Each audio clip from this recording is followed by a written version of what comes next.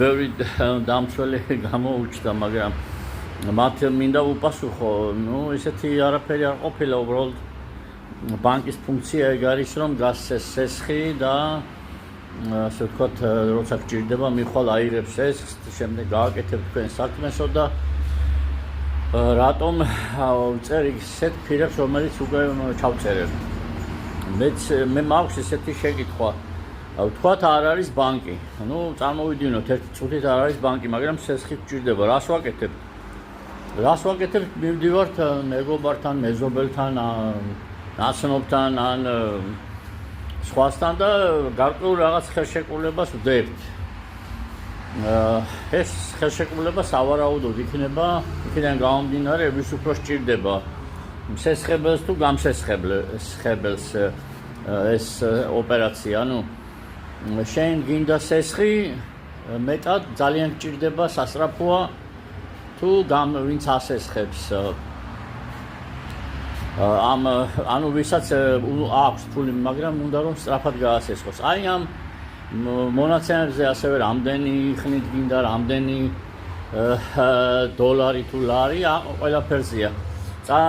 ეს რატომ აღნიშნე მე, რომ ბანკის ფუნქცია უნდა იყოს, სამწუხაროდ საქართველოში არ არის ეს დაბალი საკომისიო და საპროცენტო განაკვეთები, მაგრამ ეს სხვა მიზეზია, მაგრამ არის მეორე გამოსავალი, როდესაც ადამიანთა რაღაც ნაწილი აკეთებს ამ მევახშეობას, ხო, იმას უფრო მაღალი აქვს.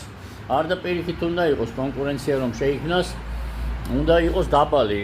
შესაბამისად, რაღაც ფორმებით შეიძლება დასავლურ ძველ დროს, როგორც ხდებოდა, კონკურენციის გაწევის მიზნით, ასეთი გარიგებები იდებოდა ერთმანეთში, მაშინ არ იყო ეს ნოტარიუსები და რაღაც, უბრალოდ იყო ეს სიტყვის მიცემის რაღაც ისეთი ფორმა, რომელიც შემდეგ სრულდებოდა სხვათა შორის.